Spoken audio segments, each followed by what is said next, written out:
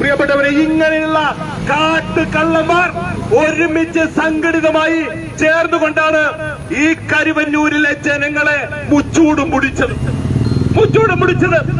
എന്തെങ്കിലും ഒരു മനസാക്ഷി ഉണ്ടോ? എന്തെങ്കിലും ഒരു മനസാക്ഷി? മനുഷ്യന്മാരായാൽ എന്തെങ്കിലും മനസാക്ഷി വേണ്ടേ? എന്ത് മനസാക്ഷിയാണുള്ളത്? എന്തൊരു കൊടും വഞ്ചനയാണ്, കൊടും ചതിയാണ് പ്രിയപ്പെട്ടവരെ ഈ ഇരിങ്ങാലക്കുടയിലെ ജനങ്ങളോട് ഈ പാർട്ടി ചെയ്തത്. പൊറുക്കാവുന്ന തെറ്റാണോ?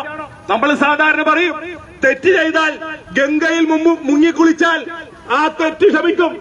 ഏത് ഗംഗയിൽ പോയി മുങ്ങിയാൽ പൊറുക്കാൻ പറ്റുന്ന തെറ്റാണ് ഈ ഇരിങ്ങാലക്കുടയിലെ ജനങ്ങളോട് ഈ പാർട്ടി ചെയ്തത്. പൊറുക്കാൻ പറ്റുന്ന തെറ്റാണോ? ആണോ പ്രിയപ്പെട്ടവരെ? എന്തൊരു കൊടിയ ക്രൂരതയാണ്. രണ്ടുപേരിവിടെ ആത്മഹത്യ ചെയ്തില്ല. ജീവിതം അവസാനിപ്പിക്കാൻ തീരുമാനിക്കണമെങ്കിൽ എത്രമാത്രം മാനസിക പീഡനം ആ മുകുന്ദേട്ടൻ അനുഭവിച്ചിട്ടുണ്ടാവും.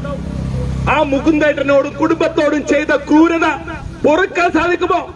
ജോസേട്ടൻ മരിച്ചു കിടക്കുന്ന കാഴ്ച ഇന്നും എന്റെ കൺമുന്നിലുണ്ട്. മനസാക്ഷിയുണ്ടോ ഈ മൃഗങ്ങൾ? മനസാക്ഷിയുണ്ടോ? ജോസേട്ടൻ എന്ത് തെറ്റ് ചെയ്തു? ജീവിക്കാൻ പണമില്ല. അംഗവൈകല്യമുള്ള ശശിയേട്ടൻ ചികിത്സ കിട്ടാതെയല്ലേ മരിച്ചത്? നിങ്ങളൊന്ന് ചിന്തിക്കൂ. അംഗപരിമിതനായിട്ടുള്ള ശശിയേട്ടന് ചികിത്സിക്കാൻ പണം കൊടുക്കാൻ ഈ ബാങ്ക് തയ്യാറായോ? അങ്ങനെ എത്ര പേർ മകളുടെ കല്യാണത്തിന് വേണ്ടി ഒരമ്മ ഇവിടെ വന്ന് ചോദിക്കുന്ന സമയത്ത് ഇവിടത്തെ സഖാക്കന്മാര് അവരുടെ മുഖത്ത് നോക്കി എന്ന് തെളിവ് സഹിതം ഇടി കോടതിയിൽ കുറ്റപത്രം കൊടുത്ത ഈ സമയത്ത് പ്രിയപ്പെട്ടവരെ, നിങ്ങളാൽ കൊല ചെയ്യപ്പെട്ട, നിങ്ങളാൽ മരണത്തിന് വിധിക്കപ്പെട്ട ആ മുകുന്ദേട്ടനും ശശിയേട്ടനും ജോസേട്ടനും ഫിലോമിന ചേച്ചിക്കും അവരുടെ ശവക്കല്ലറ ചവിട്ടി തുറന്നിന്ന് പുറത്തു വരാൻ സാധിക്കുമായിരുന്നുവെങ്കിൽ ആ കടാര നിങ്ങളുടെ സഖാക്കന്മാരുടെ കഴുത്തിൽ കുത്തിയിറക്കുമായിരുന്നു പ്രിയപ്പെട്ടവരെ. അത്ര വലിയ ക്രൂരതയാണ് നിങ്ങൾ ചെയ്തു. പൊറുക്കാൻ പറ്റാത്ത തെറ്റാണ് നിങ്ങൾ ചെയ്തത്. നിങ്ങൾ സംരക്ഷിച്ചു, എല്ലാ കള്ളന്മാരെയും നിങ്ങൾ സംരക്ഷിച്ചു. എത്ര പരാതികൾ വന്നു? ഒരു പരാതിയെങ്കിലും നിങ്ങൾ അന്വേഷിക്കാൻ തയ്യാറായോ? നടപടി ഉണ്ടായോ? അന്വേഷണമുണ്ടായോ? പ്രതികളെ പിടിച്ചോ? പിടിക്കില്ല. എന്തുകൊണ്ടാ പിടിക്കാത്തതെന്ന് മനസ്സിലായോ? ഈ തട്ടിപ്പിന്റെ ഒക്കെ ഉസ്താദ് പിണറായി വിജയനാണ്. ഈ തട്ടിപ്പിന്റെ മുഴുവൻ ഉസ്താദ് പിണറായി വിജയനാണ്. ഒരു സംശയം വേണ്ട. നിങ്ങൾ വിചാരിക്കേണ്ട കരുവന്നൂർ കേസിൽ പിണറായി വിജയന് പങ്കില്ല എന്ന്. കരുവന്നൂരിൽ കേസിൽ പിണറായി വിജയന് പങ്കുണ്ടെന്ന് ഞാൻ ഉറച്ചു വിശ്വസിക്കുന്നു. കാരണം 180 കോടിയുടെ തട്ടിപ്പ് ഇഡി കണ്ടെത്തിയിട്ടുണ്ട്.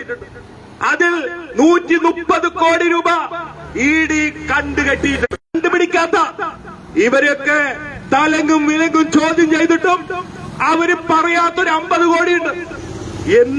അവര് പറഞ്ഞില്ല, ബാക്കിയെല്ലാം പറഞ്ഞല്ലോ. ബാക്കി കോടികളൊക്കെ എവിടേക്ക് പോയി എന്ന് ഈ സാക്ഷികൾ പറഞ്ഞല്ലോ. 50 കോടിയുടെ കണക്ക് മാത്രം പറയുന്നില്ല. അത് പറയിപ്പിക്കാനൊക്കെ പറ്റും. മൂന്നാം മുറ എന്ന് പറയുന്ന പ്രയോഗം ഇഡിക്ക് അനുവദനീയമാണെങ്കിൽ അതും പറയും. ഒരു നിമിഷം വേണ്ട. 51 വെട്ടുവെട്ടി കൊന്ന ടി പി എങ്ങനെയാ മരിച്ചത് നിങ്ങൾക്കറിയാമോ?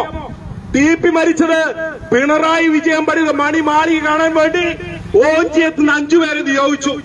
പിണറായി വിജയൻ പഠിപ്പുര സഹിതം പണിത വീടിനെ കുറിച്ച് അന്വേഷിക്കാൻ വേണ്ടി ടി പി 5 പേരെ ഓഞ്ചിയെത്ത് പറഞ്ഞയച്ചു.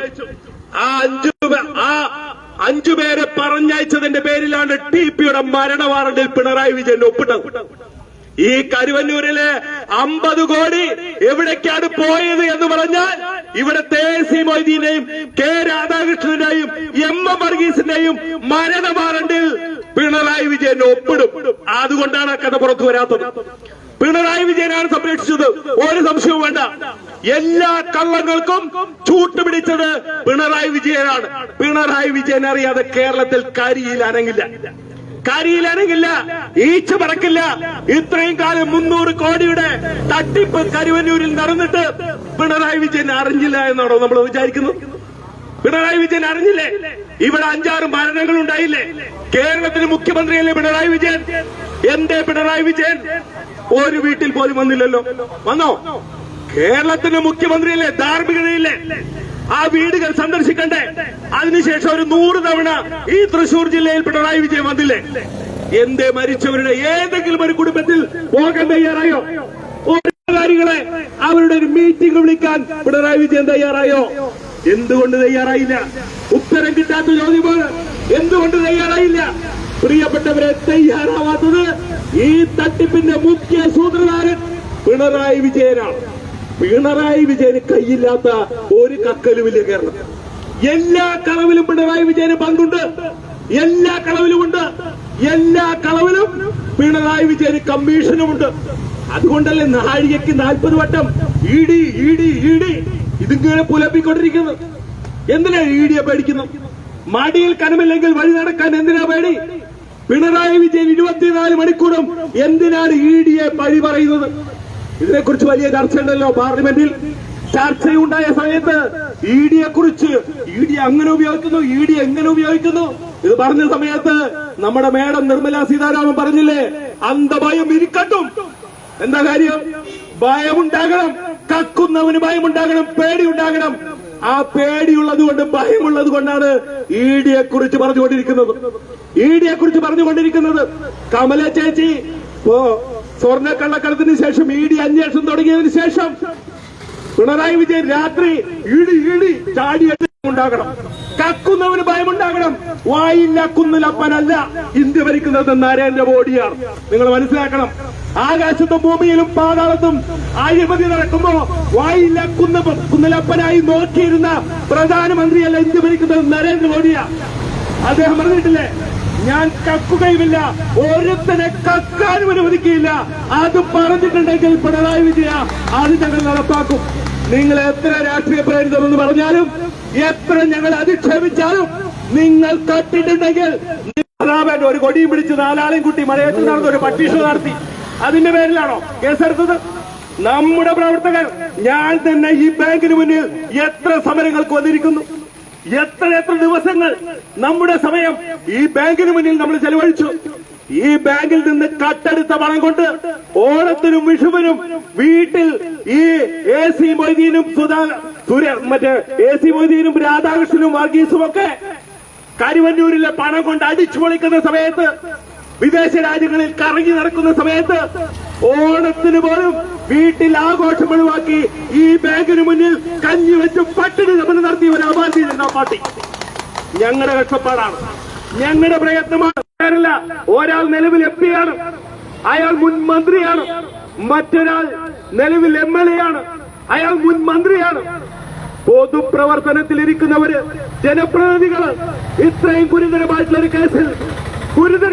കേസിൽ പ്രതി ചേർക്കപ്പെട്ടതിന് ശേഷം അവരാ ചുമതലയിൽ തുടരാനുള്ള ധാർമ്മികത അവർക്കുണ്ടോ എന്നുള്ള ചോദ്യമാണ് ഞങ്ങൾ ഉന്നയിക്കുന്നത്. ആ ചോദ്യമാണ് ഞങ്ങൾ ഉന്നയിക്കുന്നത്. ഒരു നിമിഷം പോലും ആ പദവിയിൽ തുടരാനുള്ള അർഹത അവർക്കില്ല. നാണവും മാനവും ഉണ്ടെങ്കിൽ രാജിവെക്കാൻ നിങ്ങൾ തയ്യാറാകണം. നിങ്ങളുടെ VS അച്യുതാനന്ദൻ തന്നെ പറയാറില്ലേ, ഉളുപ്പുണ്ടോ? അതാണ് ഞങ്ങൾ ചോദിക്കാൻ ആഗ്രഹിക്കുന്നത്. ഉളുപ്പുണ്ടെങ്കിൽ രാധാകൃഷ്ണനും AC മൊയ്തീനും രാജിവെക്കാൻ വേണ്ടി തയ്യാറാകണം. മുടിച്ച് കോടികൾ പുട്ടടിച്ച കാട്ടുകള്ളന്മാരെ നിങ്ങൾ രാജിവെക്കണമെന്ന് ആവശ്യപ്പെട്ടുകൊണ്ടാണ് ഭാരതീയ ജനതാ പാർട്ടി ഇത്തരത്തിലുള്ള പ്രതിഷേധം സംഘടിപ്പിക്കുന്നത്. ഇനി നിങ്ങൾ രാജിവെച്ചില്ലെങ്കിലും നിങ്ങൾ രക്ഷപ്പെടാമെന്ന് വിചാരിക്കണ്ട. അപ്പൊ നിങ്ങൾ പറയുന്നുണ്ട് ഞങ്ങളെ അറസ്റ്റ് ചെയ്തില്ലല്ലോ, ക്രൈം സ്റ്റേജിൽ അറസ്റ്റ് ചെയ്തില്ലല്ലോ. ക്രൈം സ്റ്റേജിൽ അറസ്റ്റ് ചെയ്യേണ്ട ഒരു കാര്യമില്ല. അറസ്റ്റ് ചെയ്യാതെ തന്നെ നിങ്ങളുടെ എല്ലാ കള്ളത്തരങ്ങളും ഈടുപിടിച്ചില്ലേ? അറസ്റ്റ് ചെയ്യേണ്ട ആവശ്യമുണ്ടായോ? അറസ്റ്റ് ഒന്നും ചെയ്യേണ്ട. ബുദ്ധിയുള്ള ആളുകളെ അന്വേഷിച്ചാൽ അറസ്റ്റിന്റെ ആവശ്യമൊന്നുമില്ല. നിങ്ങളുടെ ശിങ്കിടികൾ പറഞ്ഞല്ലോ, ബിജു കരീമും സുനിൽകുമാറും തയ്യാറാകണമെന്ന് പറഞ്ഞുകൊണ്ട് ഞാൻ ഈ പ്രതിഷേധം ഉദ്ഘാടനം ചെയ്ത് പ്രഖ്യാപിക്കുന്നു. നന്ദി. നോക്കാം. भारत माता की जय। भारत माता